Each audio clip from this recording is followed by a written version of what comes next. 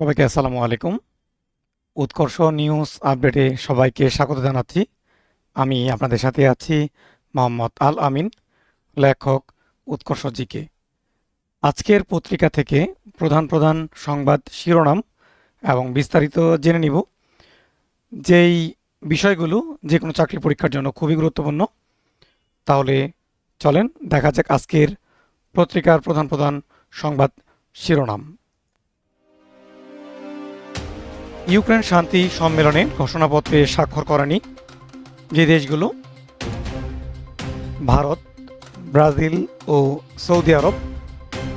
গত 16 জুন 2024 সালে সুইজারল্যান্ডের বুর্গেনস্টকের একটি পাহাড়ের রিসর্টে অনুষ্ঠিত হয় শান্তি সম্মেলন। এই সম্মেলনটি অনুষ্ঠিত হয় ইউক্রেন সংকটের বাস্তবতায়। এই সম্মেলনে প্রায় 100টি দেশ ও প্রতিনিধি উপস্থিত ছিল।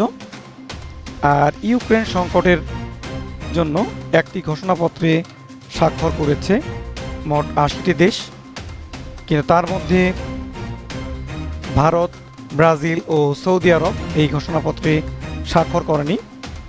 এতে করে ইউক্রেনের প্রেসিডেন্ট ভলোদিমির জেলেনস্কি খুবই দুঃখ প্রকাশ করেছেন। তবে পরবর্তীতে যে কেউ এই দেশটিতে এই ঘোষণাপত্রে স্বাক্ষর করতে পারবে।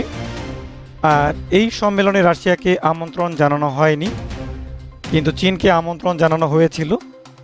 রাশিয়ার অনুপস্থিতির কারণে চীন এই সম্মেলন বয়কট করে। 81 বছরেও চালাচ্ছে ট্রেন, অবাক একটি কাণ্ড ঘটিয়ে দিয়েছে যুক্তরাষ্ট্রের ম্যাসাচুসেটস অঙ্গরাজ্যে। এই নারী বিশ্বের সবচেয়ে বয়সী ট্রেন চালক হিসেবে অলরেডি খেতাব পেয়েছেন। তিনি 1995 সালে থেকে 3 দশক ধরে ট্রেন চালাচ্ছেন। তিনি এই মুহূর্তে বিশ্বের সবচেয়ে বয়স্ক নারী যিনি ট্রেন চালাচ্ছেন। আর এটি হচ্ছে যুক্তরাষ্ট্রের ম্যাসাচুসেটস বে ট্রান্সপোর্টেশন অথরিটিতে কাজ করছেন এই নারী ট্রেন চালক। ইউক্রেন যুদ্ধে মস্কোকে দৃঢ় সমর্থন দিচ্ছে উত্তর কোরিয়া, বলেছেন পুতিন।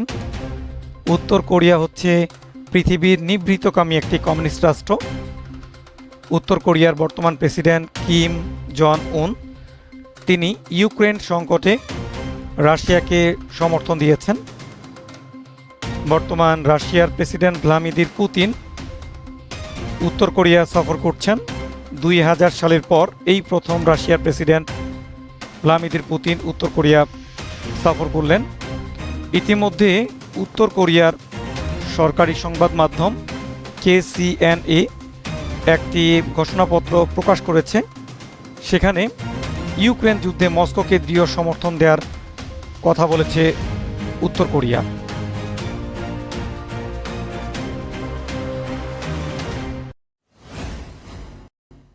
তো বন্ধুরা, এই ছিল আমাদের আজকের পত্রিকার আলোকে দৈনিক আপডেট। আজকের ইভেন্টটি আপনাদের কেমন লাগলো কমেন্টের মাধ্যমে অবশ্যই জানাবেন। প্রতিদিনের নিউজ আপডেট পেতে আইডিতে সবাই ফলো দিয়ে রাখবেন। সবাইকে অনেক অনেক ধন্যবাদ।